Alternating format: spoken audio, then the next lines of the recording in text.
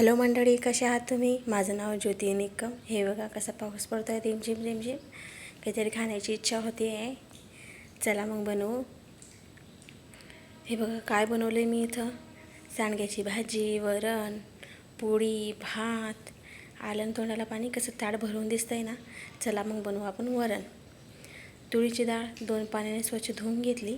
डाळ भिजवत घालायची आणि गॅस ऑन करायचा, त्याच्यावर कुकर ठेवायचं. माझ्याजवळ एक टीप आहे. जेव्हा आपण डाळ 15 मिनटं तरी आपण मंद आचेवर होऊ द्यायची, मग चांगल्या प्रकारे शिजते ती. एक सिटी होऊ द्यायची आणि 15 मिनटं होऊ द्यायची आणि गॅस बंद करायचा. आता कुकरमध्ये मी 2 ग्लास पाणी ॲड करते आहे.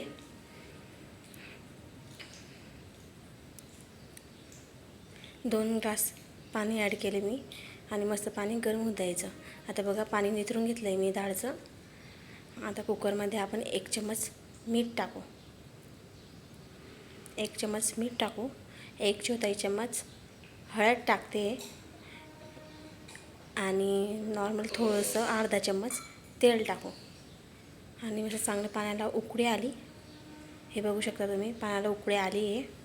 मग आपण ही डाळ टाकून देऊ आणि कुकर बंद करायचं.